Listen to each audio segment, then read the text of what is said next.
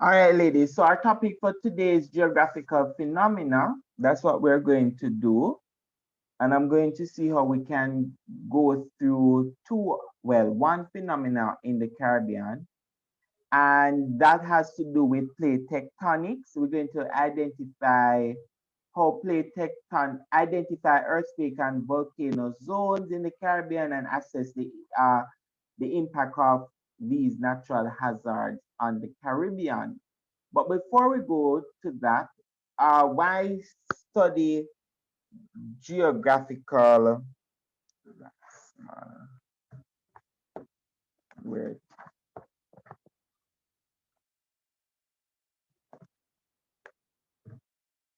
why study geographical phenomena? One, uh, the, there are several different rock types, soil and landforms within the Caribbean, right? And these actually affects the Caribbean, and our geography tend to influence our environment.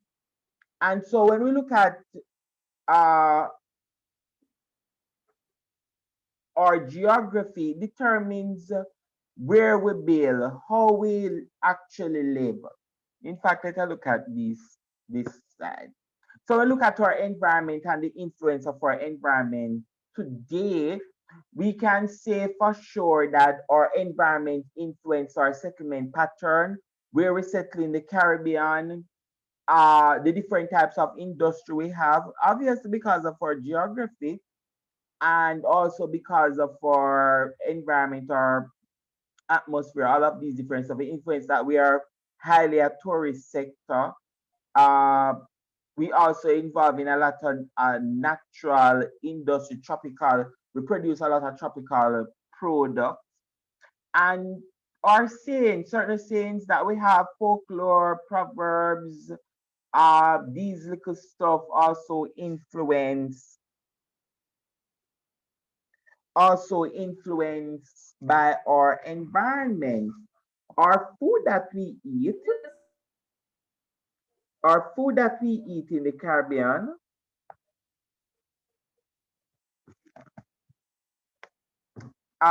is influenced by our environment, or we dress, the different types of building we have, our infrastructure, the recreational activities, the type of trade that we have. All of these are linked to our environment. Travel, where we should go, all of these different areas are linked to our geography. Now we know for sure that the Caribbean is a very diverse area when it comes to land mass. There are some islands in the Caribbean that are very different. Some are mountainous, some are not. There are some areas in the Caribbean that are drier than others. There are some islands that are flat. There are some islands that have more rainfall than others. Very diverse region, lovely region, but very diverse. And also, uh, there are several different types of things that are going to affect our Caribbean. And one is the movement of plates is a phenomena. Hurricane, soil, erosion, coral reefs, drought, floods, all of these are things that affects the Caribbean. Now, if we look at plate tectonics, this is a theory that explains how the Earth outer crust moves around over the molten layer below.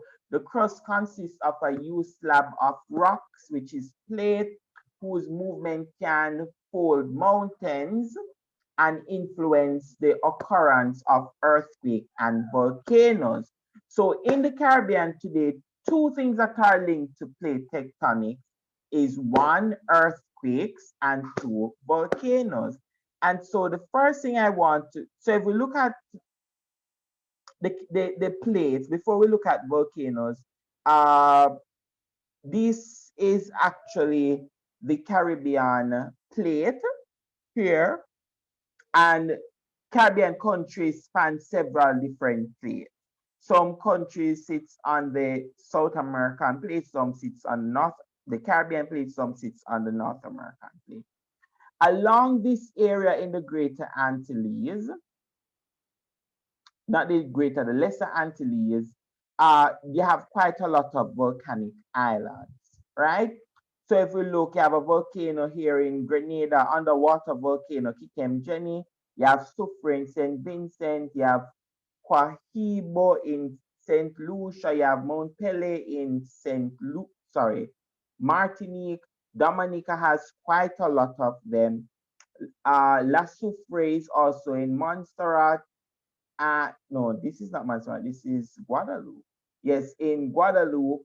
And you have Soufrière also in Montserrat, right? So we have quite a lot of volcanoes from this end of the Lesser Antilles right down to Grenada. There's quite a lot of active volcanoes on these islands. Now this is La Soufrière in St. Vincent. This is the crater, which is right here of the volcano. And this is it when it's pretty not active. But today, well, since recently in the Caribbean, who is this student?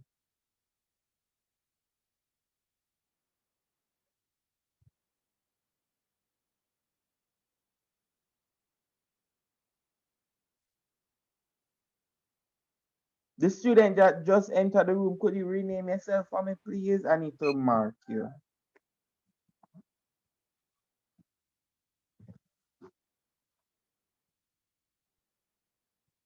The Ken Drake, could you rename yourself?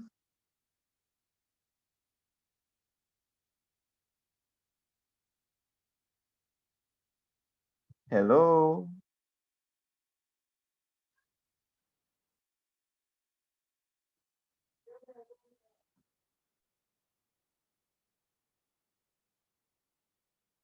The student actually left the room. I wonder if it is a student. Adult. All right, so we have La Soufrière in St. Vincent, and right now in St. Vincent, that volcano is in a state of eruption, right? So it's the entire country is unease when it comes to this one. So I'm going to show you a video from St. Vincent.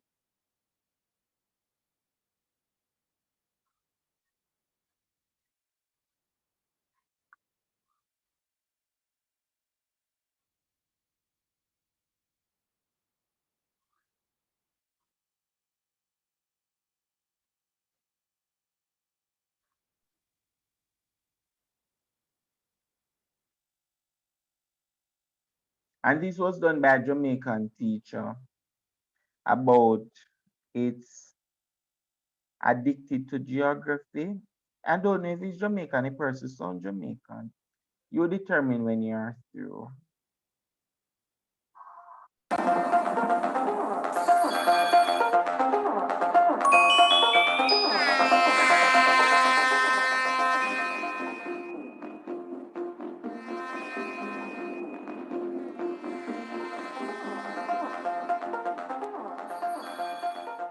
Greetings, Mr. Hunter here.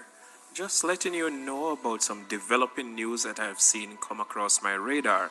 It seems our neighbors in the Caribbean, St. Vincent and the Grenadines, their residents have been put on high alert due to increased seismic activity in the La Soufrière volcano area. Now, volcanic activity is no strange event to the Eastern Caribbean, but the increased seismic activity in the area has prompted authorities to take note. They think that it may be related to the La Soufrière volcano that is in St. Vincent.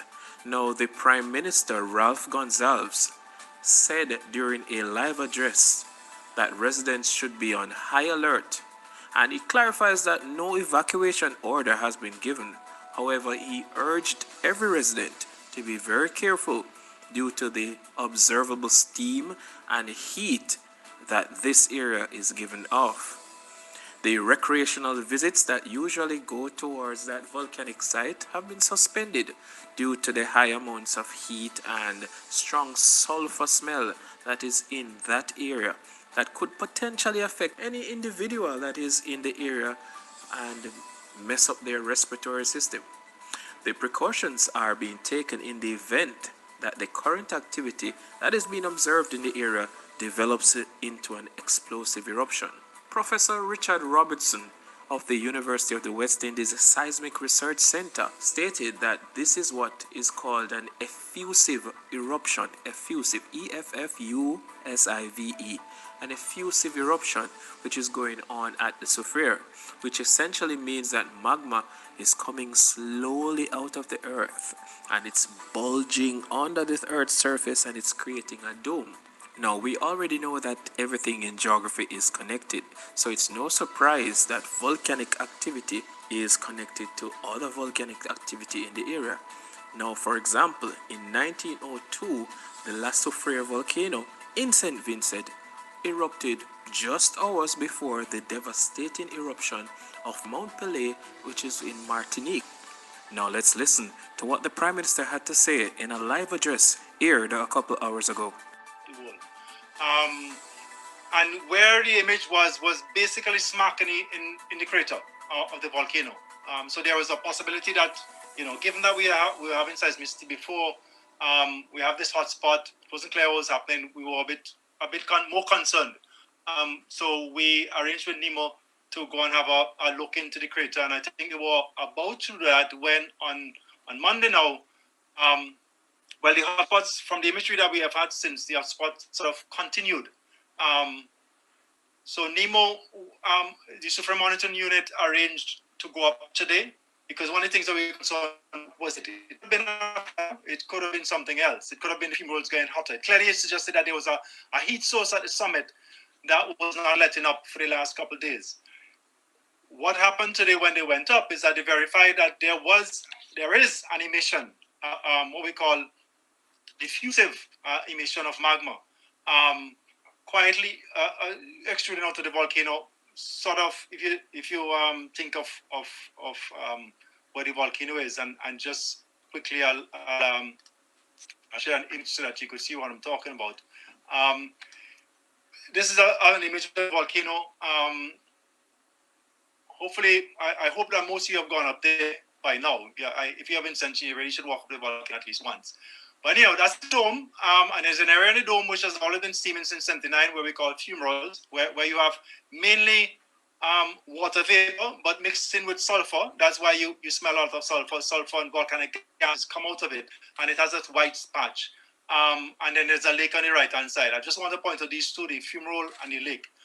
Now, what the guys, when they went up today, discovered is that just north of where you have the fumarolic activity, where you see my mouse is circling, just north of it, in just sort of in, I would say, the northwestern, sort of western, well, it's western northwestern side of the volcano, just around that ridge there, where there was a pre-existing lake. I think the lake, a temporary lake, it had gone for some time. It comes and goes all the time.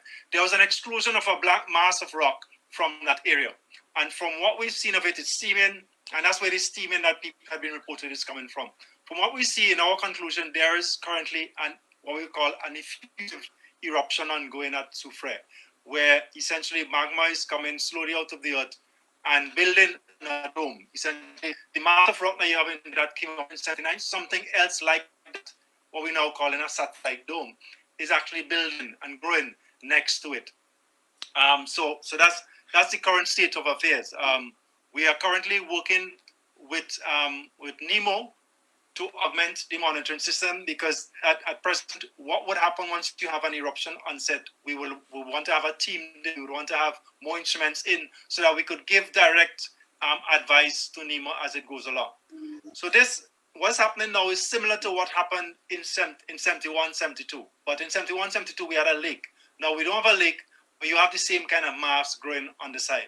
As it is now, the mass is confined in the crater because of the configuration of the crater.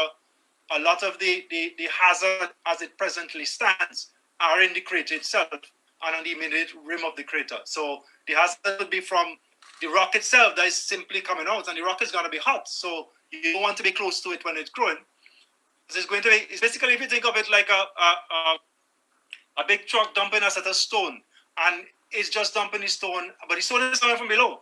The stone is coming from the row and the mass is growing. That's what's happening now. And as it comes out, it's bringing with it the gases that comes out, and the steam that you see in there is the gases that come out. A lot of it is sulfur rich. Most of it, when it mixes in the atmosphere, is not going to cause much harm. It's probably, if you're on the crater rim, it's going to be really difficult to breathe because some of the sulfur, some of the constituents of that gas is probably sulfur dioxide, hydrogen sulfide, which is smelly, smells bad, but also it dries out your respiratory airways. Makes it difficult. Your airways. So you kind of get dried up when you smell it. So the point is that on the crater rim, not a good place to be. In the crater, not a good place to be. But as far as this mass stays in the crater, it's really a continuing threat currently to the flanks, people on the flanks of the volcano. Yes, and just to reiterate Professor Robertson's request that we have no unofficial persons visiting the dome at this point in time to avoid any possible hazards from the emissions, as well as a rapid change in activity at the crater. So that no one visits. Advise people not to visit the crater now, which is one of the things I know everybody in St. Vincent want to do now. Don't do it, basically. It's a bad idea. Now, Prof, what I think people would want to know, this effusive eruption, this oozing eruption, now, is that, you say that's like 1971, 72. How Yes. does this differ from 1979? Right. Okay. There's two ways in which soufre has traditionally, well, I should say, soufre has been erupting the same kind of way for thousands of years. From studies we've done, it either erupts effusively, as it is doing now, where it quietly emits magma, which is this rock, but it becomes rock as it comes out. It's molten beneath the surface. As it comes out, it dries out the gas and it builds a mountain, like what you had there in 79. That's inside of the crater itself. Dangerous way. Right? Excuse me? That's inside of the crater itself. Right, yes. Okay. The other way, and the more dangerous way in which it erupts, is when it erupts explosively. And this explosive eruption is one in which it basically, the material comes out very quickly. It has a lot of gas in it. And because of the gas and because of the speed at which it's moving, it basically destroys everything in its path. It destroys the dome, it fragments, it produces a lot of ash. Interior is hot. When it goes down the mountainside, it scars the mountainside. It's very dangerous. That's an explosive eruption. That's what happened in 79. In 79, you had an explosive eruption. In 1970, effusive eruption. Currently in an effusive eruption. Now, the thing that why you have to monitor it closely, because while in 71, you had an effusive eruption, a long quiet, and then you had an explosive eruption, it's possible for the two of them to happen much closer together. So that's one of the things that we have to look at. If it's going to move from effusive to explosive, which makes it a bit more dangerous. So students, it should be very interesting to watch the development in the next couple of days, especially interesting to the third form students who will be doing volcanoes as the next topic after we finish earthquakes. So this should be something to whet your appetite, so that when we get into speaking about volcanoes, at least you would have known the two types of, well, you would have known two types of eruption, the effusive and the explosive types of eruptions.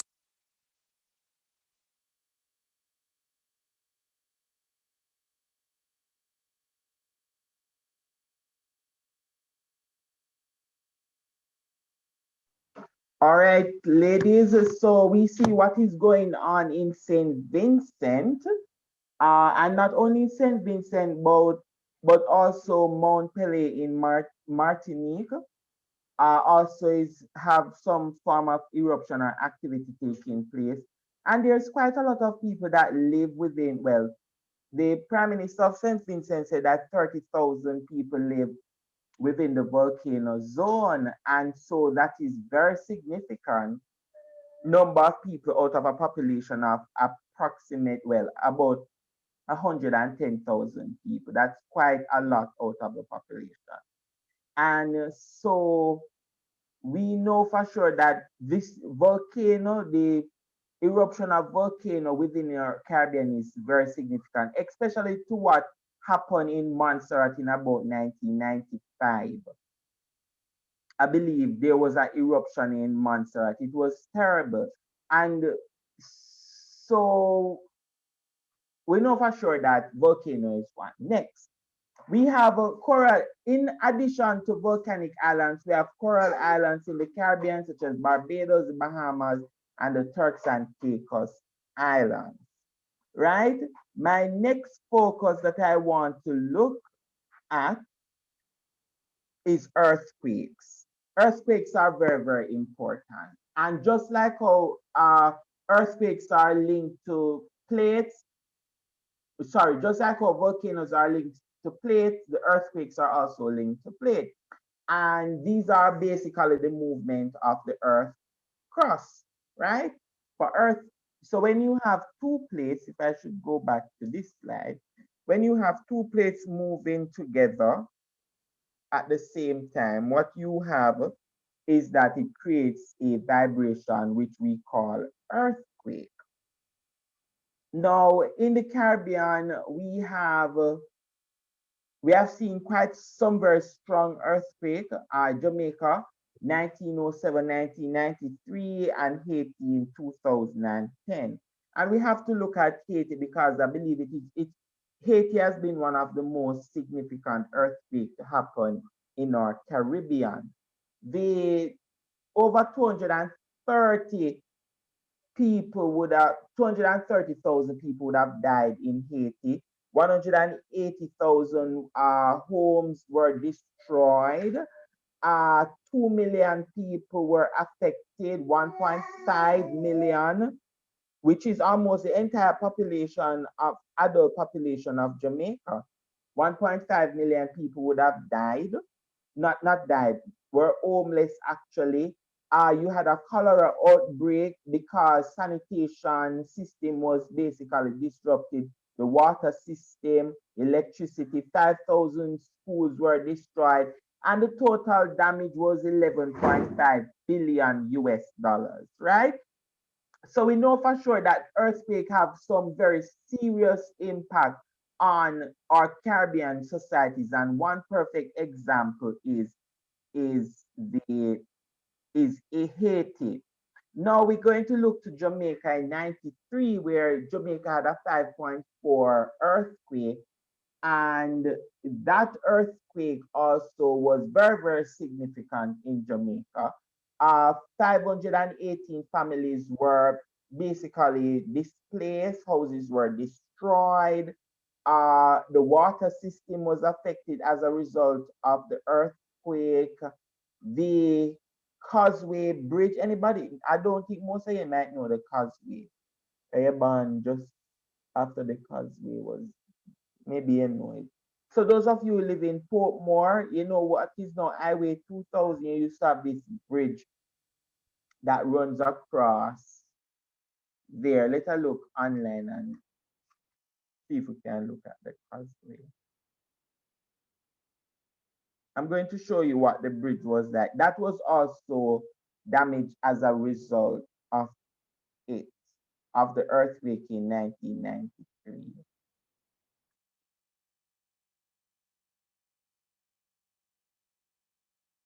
So you know where you have the toll road in Portmore? Anybody know Portmore? Are you aware of the Causeway Bridge? Yes, sir. Okay, good, good. So for those of you who don't know the Causeway Bridge,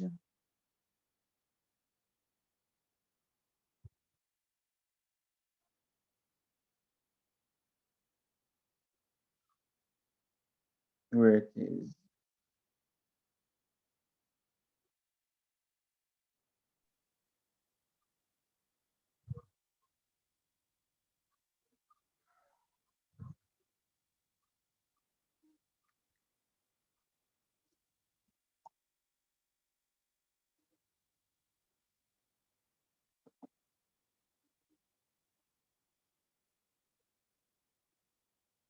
Give me a second, please, for this to go.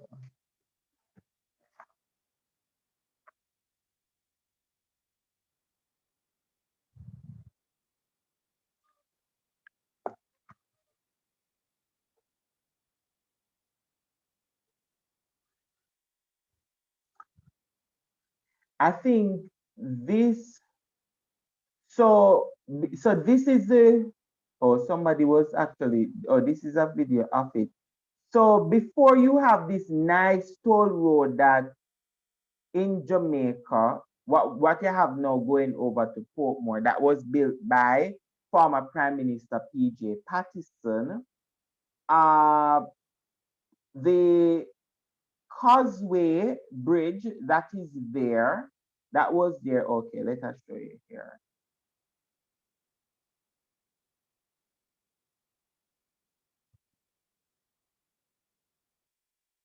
So this side right here would have been the old road, right? So what they did was that this was the causeway that used to run from Portmore, and then the PJ Patterson government would have built the toll road, uh, which improved transportation into Portmore. I don't think it has improved the traffic situation there, but it has improved it way better than before. So this was the construction of the causeway back then, where they across the sea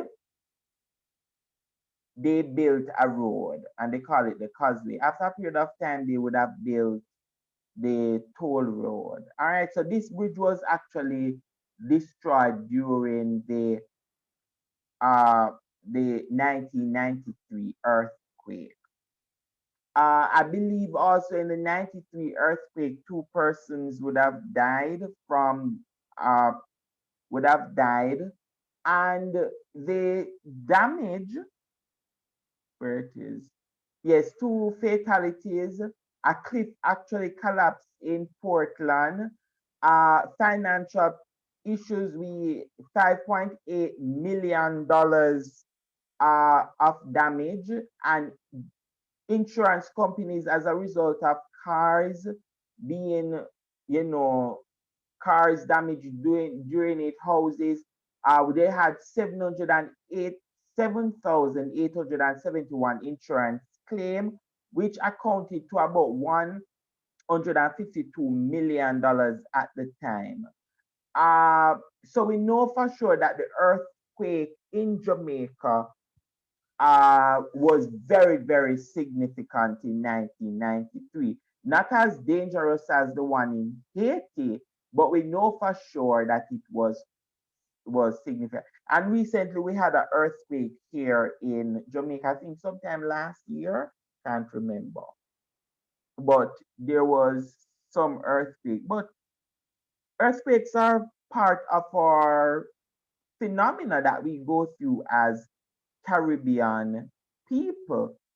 And so there are measures that we can put in place to minimize earthquake, such as we can set up and continue to fund organizations to monitor earthquakes.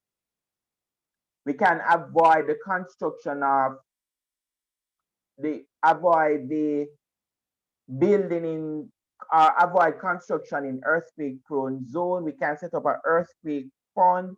We can also increase our education and awareness program through drills in school, emergency plans, and all of these different stuff, right?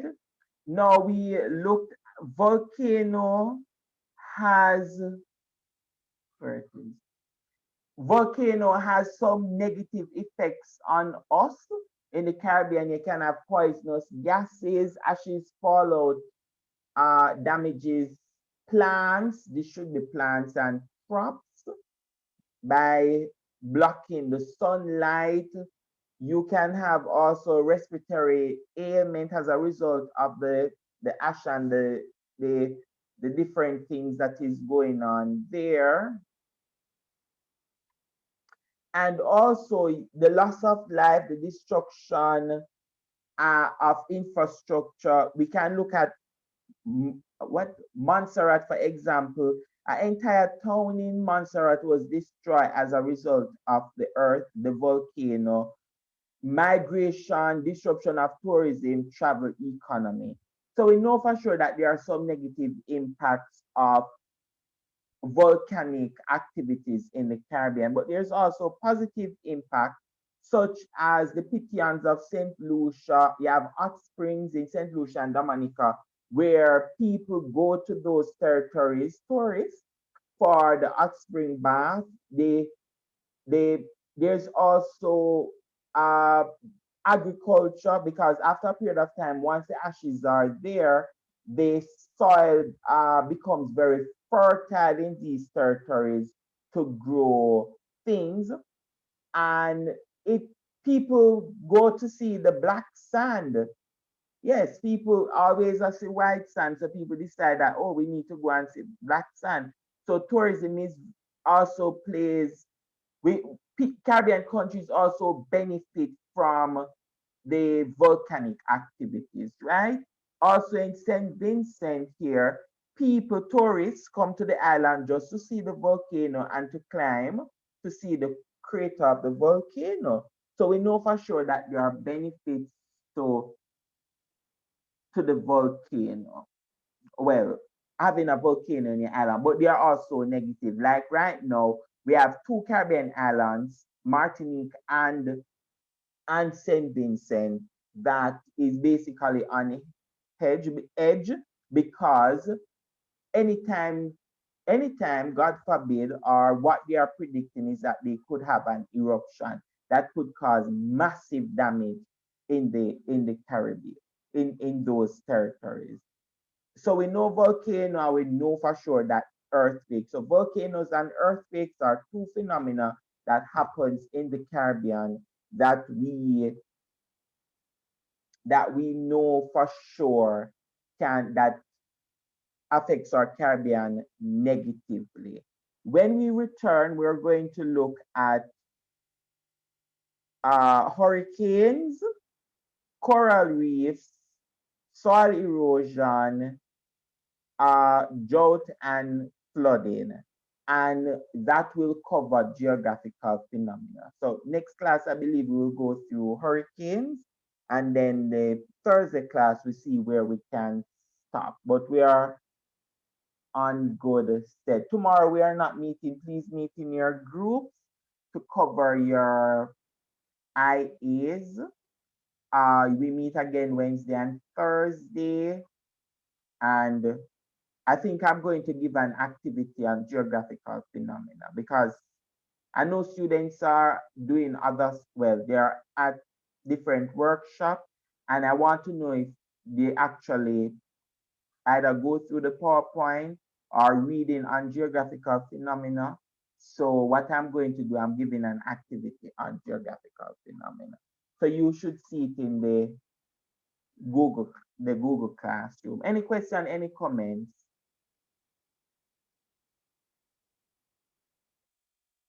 No question, no comments. All right, ladies, enjoy the rest of the day. See you on Wednesday. Bye, sir. Bye bye.